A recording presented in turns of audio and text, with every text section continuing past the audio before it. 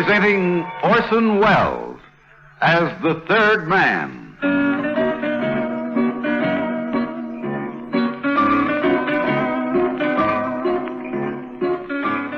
The Lives of Harry Lime, the fabulous stories of the immortal character originally created in the motion picture The Third Man, with zither music by Anton Karas.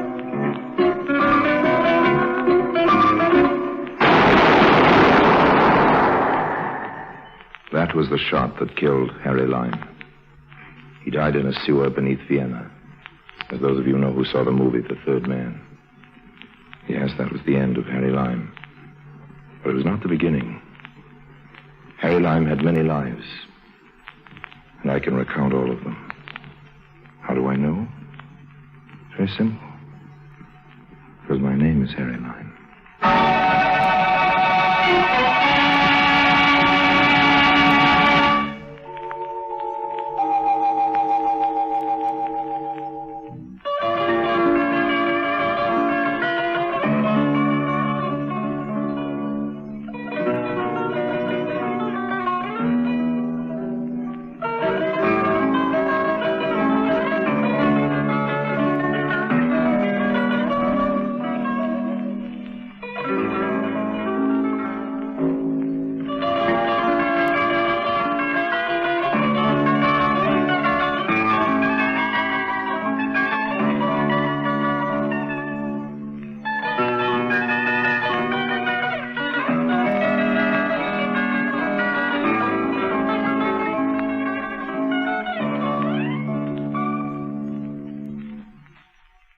And now, Orson Wells as Harry Lime, the third man in See Naples and Live.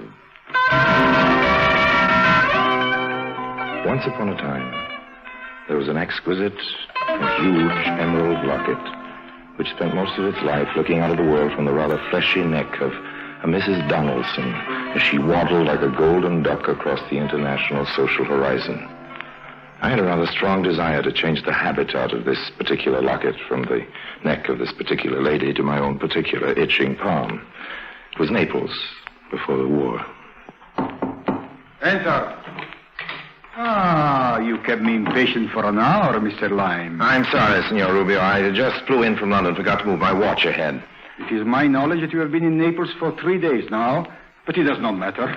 I am a man with a skill for waiting. I'm going to be very brief. I won't waste any more of your time, old man. Bueno. But first, I must tell you that I've made all the arrangements to dispose of the Donaldson Emerald. Oh, yes? As soon as we possess it, of course. There's a small item I forgot to tell you about, Signor Rubio. I have decided to include you out. I do not think I understand. To be brief and simple, I've decided to dissolve our partnership, old man. Oh, you're disposing of me? Perhaps that's a nicer way of saying it. I do not prefer to be disposed. Naturally you don't, but sometimes we get disposed whether we like it or not. Mr. Lime, we began this enterprise together, and I think we shall finish it together. You have never been more in error, old man. Now, you must forgive me for running off. A moment, Mr. Lime. Yes? You recall Carlos? I do. And that young man from Innsbruck, I forget his name. You mean Mannheimer? Yes, if it were possible, they would be very sorry they were rude to me. I'm now the most well-threatened man in Europe, and you have joined an innumerable caravan. Arrivederci. Don't farewell me yet, Mr. Lime. Sorry, but I really must. Do not force me to shoot you. If you take one more step toward the door, I will fire. Now, don't be a complete fool, old man. If they found a dead man in your room, they'd hang you. I will be easy with you.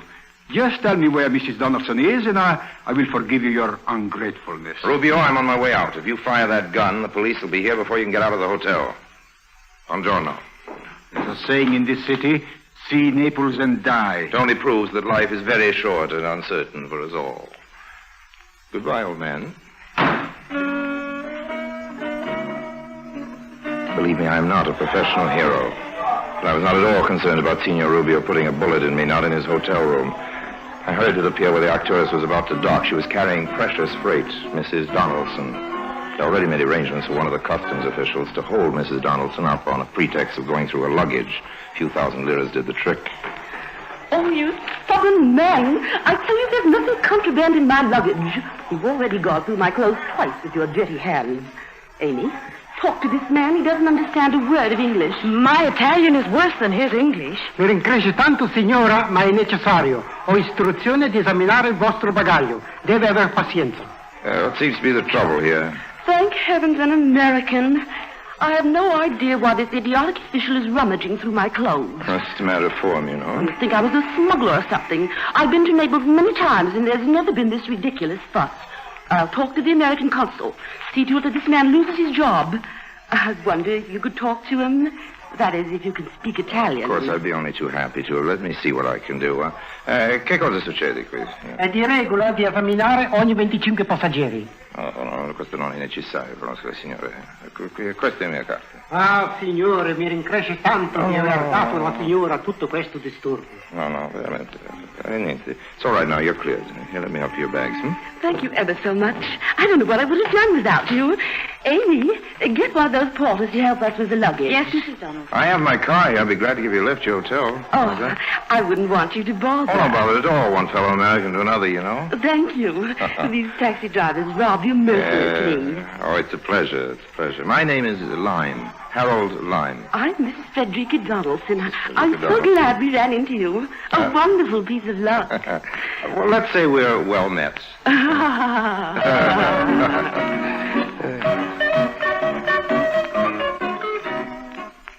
Loveliness was gracing my car.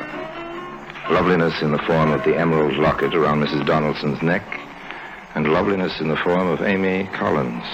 She was Mrs. Donaldson's hired companion. She had red hair and eyes to match the emerald, and she liked me. I think she liked me. Every so often I'd catch her eye. And she'd turn away, as if she were guilty of something. Really, Mr. Lamb, I've never been so humiliated. Just standing there with that man poking away at my underthings, messing up all my clothes. Absolutely no regard for our feelings. Something should be done about this. He was only following instructions. I don't think he And meant... doing anything of the sort, he was just being malicious and perverse. If it weren't for Mr. Lyme, I don't know what would have happened. We're deeply indebted to him. Oh, you don't owe me anything at all. I did what any other American would have done, Mrs. Donaldson. I wish we could repay you for your kindness. Well, you know, I think maybe you can. Wonderful. Just tell us what it is. Well, I've got to buy my sister a gift. It's her birthday. I don't know too much about jewelry, so I wonder if either of you could come along and help me shop. Of course we can. Amy does most of my shopping for me. She's very good at that's it. wonderful. I'm sure she'd be delighted to help you. Don't you want me to help you get your things unpacked? I'm already unpacked, thanks to that customs official. No, you go ahead. Just drop me at the hotel. You don't mind, do you, Miss Collins? Oh, no, not at all. Good. It's a relief. Now, I'd like both of you to be my guests at dinner tonight. That's very kind of you. We'd be delighted. Oh, it's my pleasure, Mrs. Donaldson. Really, it's my pleasure. We deposited fat Mrs. Donaldson in a room, and then Amy and I went shopping. I took her along to the Corso Vittorio Emanuele, one of Naples' better thoroughfares. What are you looking for, Mr. Lyme? Please, call me Harry. All right, May I call you Amy? if you wish. You don't sound very enthusiastic. Please call me Amy. That's much better. What do you want to buy for your sister? Some nice jewelry, a necklace or a locket, something like that. Mrs. Donaldson was wearing something pretty, something like that. You don't know much about jewelry, do you? Well, I know what I like. Most of the time, the things I like you can find in a dime store. You won't find Mrs. Donaldson's locket in a dime store. It costs about $20,000. $20,000? You're kidding. No, that's a real emerald she has set in the locket. Well, she must be crazy traveling with a thing like that flashing on her neck. Oh, well, it's not very wise, but she's very sentimental about it. Her husband gave it to her just before he died. She swore to wear it every day of her life. She was very devoted to him. Well, I suppose you think I'm pretty much of a chump about jewelry. You have good taste. I also have good luck meeting you. Life is very strange, isn't it? You know why? Well, just half an hour ago, you and I were total strangers. Now here I am helping you buy a gift as if we'd known each other for a long time. Well, there's nothing wrong in that, is there? No, it's just at the moment you entered the scene, things seemed to move fast and efficiently. You make it sound as if it were a fault. Oh, I didn't mean it that way. I can go away and come back again and do it more slowly. I suppose I sound foolish. Perhaps it's because you like me too soon. Well, I liked you too soon. Well, That's probably too fast for you, too, but you see, I'm a man who says what's on his mind. It's probably not a very efficient way of talking to a gentle soul like you. Oh, no, I prefer straightforward people. All right, now, you be straightforward. What was your first reaction to me when you first saw me? I was interested, perhaps, maybe intrigued. That's better. You have a way of condensing relationships quickly. Well, if people like each other, they don't need a calendar full of time to tell them about it. Good things grow slowly. Here's a shop. Well, they all look pretty. That filigree pin. I like that. It's very nice. Which one? The one near the large cameo. Oh, yes, it is very pretty. Shall we go in? Wait, let's look at the other things in the window. I'm begging your pardon. I heard you conversing English. We were talking American, a totally different language. I'm trying to reach Via Salvatore Rosa. Could you inform me how to get there? Sure, man. Turn right the next corner and go straight for 3 squares. Oh, I'm much grateful. That's right, all right. You like a cigarette? No, thank you very much. Just turn right at the next corner. Oh, I'm unhappy to trouble you further, Oh, but that's- do you have a match? I'm sorry, but I don't have any matches with me. I have a light. Mademoiselle is most generous. 1,000 thanks. Turn right at the next corner. And 3 squares And down, 3 eh? squares down. Good day That's to you right. all. Good Perhaps day. you will meet again, eh? Good day. He seemed most reluctant to leave. Yes. An odd fellow. Why did you refuse to give him a I light? didn't like his face. Did you ever see him before? Why'd you ask that? He acted as if he knew you. Well, I didn't care to know him. I think you gave him the wrong direction. Well, it could be. It seems that if he followed your directions, he would find himself in the Bay of Naples. I'm sure it won't dampen his spirits. Should we go in now? Yes, of course. There's just one thing I'd like to ask you. I'll answer anything you want. What do you do for a living? For a living? Oh, I'm a dealer in objets d'art. I wander through the world, collecting the best things. Sounds very interesting. It is. It's often quite exciting. Now, let's go in and buy that filigree pin.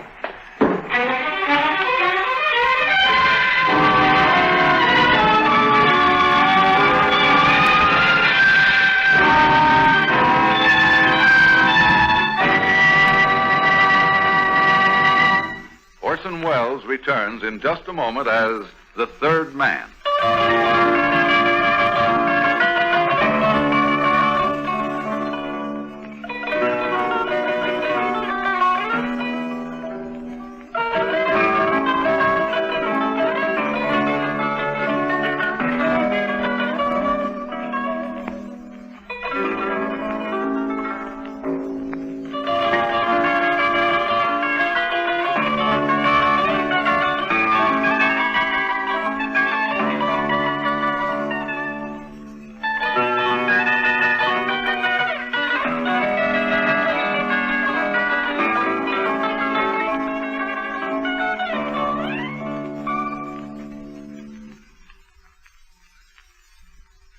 Now, Orson Wells as Harry Lime, the third man in See Naples and Live.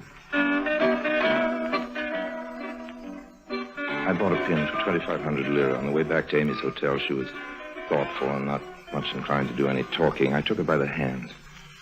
She didn't object to that, but she didn't react to the touch.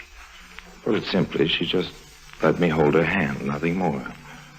I suspected that Signor Rubio had made too strong an impression. It's essential now that I work fast. The emerald would have to be in my pocket tonight or not at all. However, I wasn't worried about Rubio. Strange enough, it was Amy. Bothered me. I was beginning to be a little too fond of her. That was bad. I always make it a point not to be too fond of anyone in this world. This is a lovely romantic restaurant. I'm glad you like it. Discovered it, Mr. I Lyon. just asked the porter in the hotel. They know everything in Italy. The portiers are the best informed people in the country. It's simply delightful. Oh, good. Don't you think so, Amy? Yes, I do. It's charming. Won't you have some more spumante? Well, just a drop. I declare, it's just like champagne. Yes, it's the Italian version. It's so kind of you to give so much time to us, Mr. Lyon. Really, it is. Amy, isn't Mr. Lyon just a dear? I think he's most generous. Oh, I'm having such a delicious time. I feel so happy. Happier than I've been since... I wish poor Benjamin were here with us. You would have liked him, Mr. Lyon. Oh, I'm sure I would. Poor Benjamin. No, Mrs. Donaldson. Let's not be sad. Here, just have a little more spumante. Oh, I really don't think we should. I'm afraid you're going to make us all drunk, Mr. Lyon. Oh, Amy, think another drop will hurt us. After all.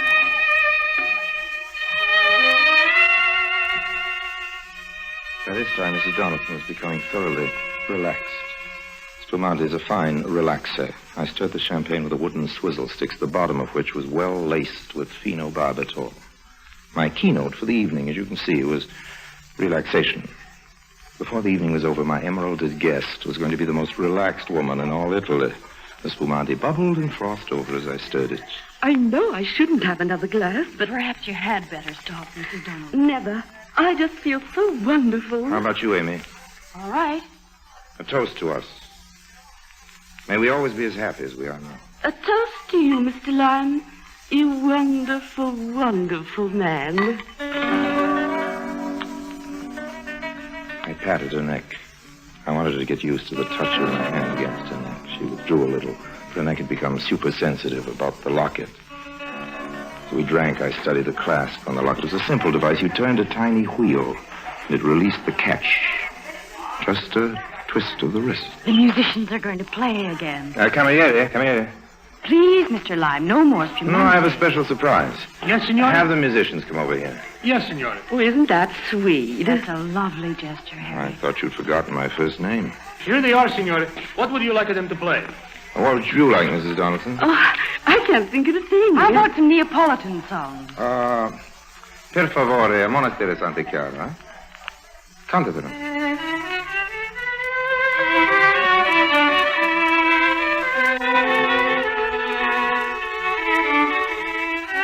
It was going to be very easy. They were completely at ease, and they trusted me. Amy stole her hand into mine as they played. It was really quite pleasant. I leaned back and relaxed.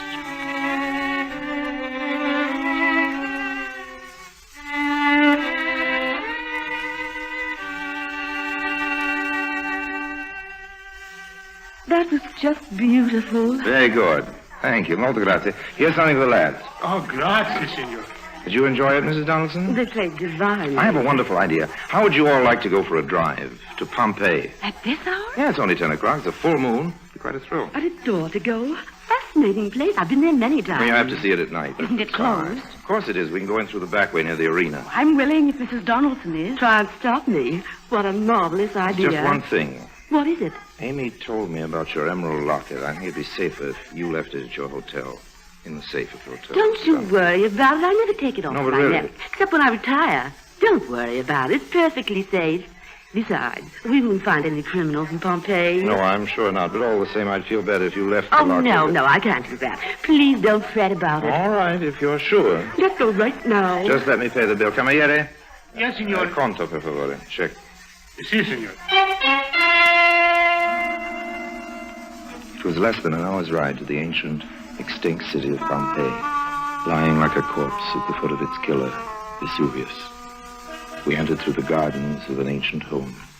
The moon shone down hard and white, lighting up the empty city. Isn't it thrilling? Beautiful and frightening. A chap by the name of Trebio Valenti used to live here. He hasn't been home for nearly 2,000 years.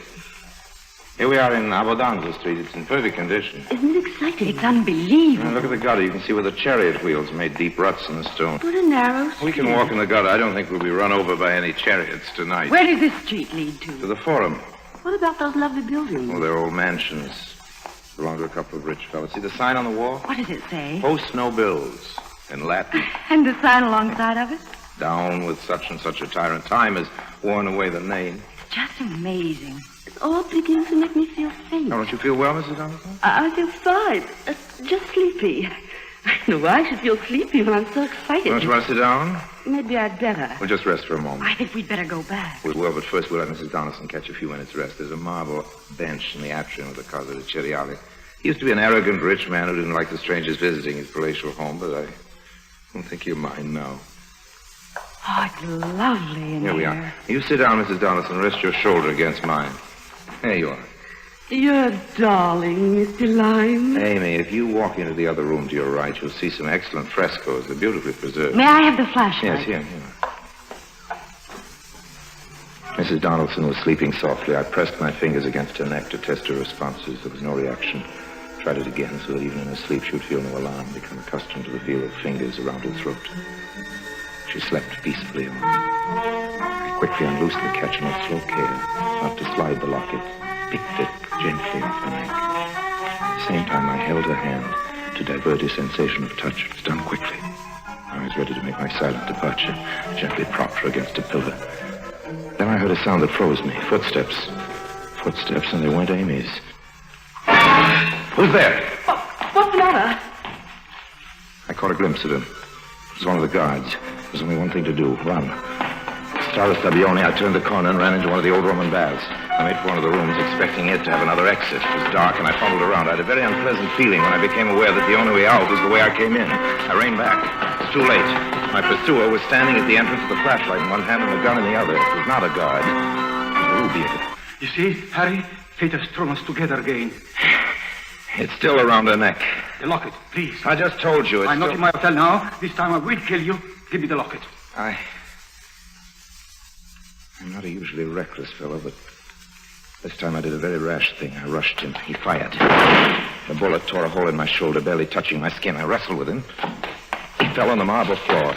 He was wiry, very strong. In a few seconds, it was clear that he was in far better shape than I. Then he hit me a very rude blow on the head with a gun. And I abandoned the fight. For a moment, I just lay there thinking what a very evil moment of my life this was. Now, the locket. Okay. Thank you. And now I think I will dispose of you for having caused me all this trouble. Out! Cerca il revolver, signore, altrimenti tiro. That's the police, Rubio, old man. You're caught. Momento. Caught red-handed. Come here. But the emerald. It doesn't belong to you, old man. Better go along quietly with the police. God, Look, there's some more of them coming through the door. No use putting up a fight. Remember what I've always told you, old man. Crime doesn't pay.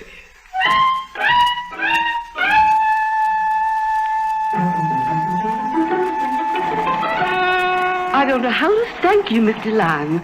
Risking your life to save my locket. Oh, that's all right. You're the most brave man to chase after him in the dark, unarmed. I just gone to see where Amy was, and I heard the sound. There he was, deftly removing the locket from your neck. I felt someone puttering around my neck, but I thought it was you. Oh, really? I was asleep, you know. Yeah. Now, I had my suspicions about this Rubio from the first. Does the wound hurt much? Oh, it's nothing. It's a hole in my suit. And a bird bump on your head. You poor boy. It'll heal. Amy, you haven't said a word to our hero since they arrested that Rubio man. I'm just stunned. Oh, I'm sorry we got you into this. I never should have taken you to Pompeii. It's all my fault. Of course not. That terrible man would have tried to snatch the locket wherever I was. Just a lucky thing I met up with you. I'm going to give you a gift. You just must take it. £100 note. Oh, I wouldn't think of it. You'd make me very happy if you took it. Oh, no, I absolutely Please, couldn't. Mr. Lime, please. Well, if it means so much to you, I'll give it to my favorite charity. Now, here we are at the hotel, safe and sound. Thanks to you. I must run upstairs. The whole thing has given me a severe headache. You will call me in the morning, won't you, Mr. Lime? Indeed, I will, Mrs. Donaldson. Good night. Good night. Oh, Amy, can I have a word with you? I'll be up in a moment, Mrs. Donaldson. Of course, dear. Good night again. And bless you, Mr. Lime. I'm sorry about this evening, Amy. So am I. Let's meet for lunch tomorrow. No, Harry. Why not? I never saw the frescoes on the wall. You didn't? No, I didn't find them, and I walked all the way around. I saw you from the front entrance. Oh. Besides, the man who deals in fine arts would know an emerald locket from a dime store trinket. Yes. Should have thought of that. I was beginning to like you very much, Harry. Well, I'm sorry. I'm not the kind of man you'd like to begin to like a little more. It's a pity. You want to see me again, ever? It'll never be any good. Well, you might as well have the filigree pin. What about your sister? I haven't spoken to my sister in 10 years. She doesn't approve of me. Supposing I give it to you. No, thanks. You mean you wouldn't take it? No, I couldn't. Well, supposing if you didn't take it, I just threw it away. Oh, but you shouldn't do that. Oh, I won't. We were just supposing. Now, goodbye, Amy. There's no supposing about that, I suppose.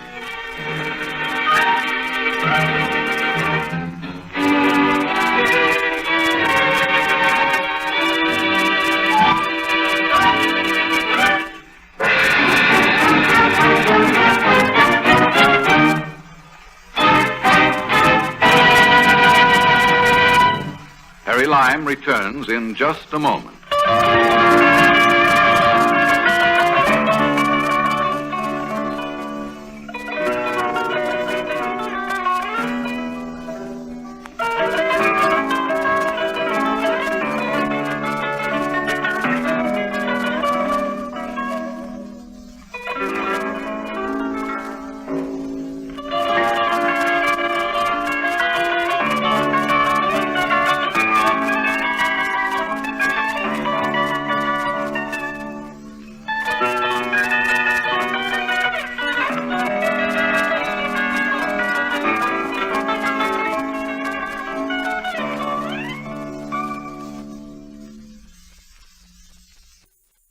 And now, Harry Lime. As I walked to my hotel, I thought about L'Affaire Emerald. It cost me about $100 to bribe the custom official with champagne and the gold filigree pin.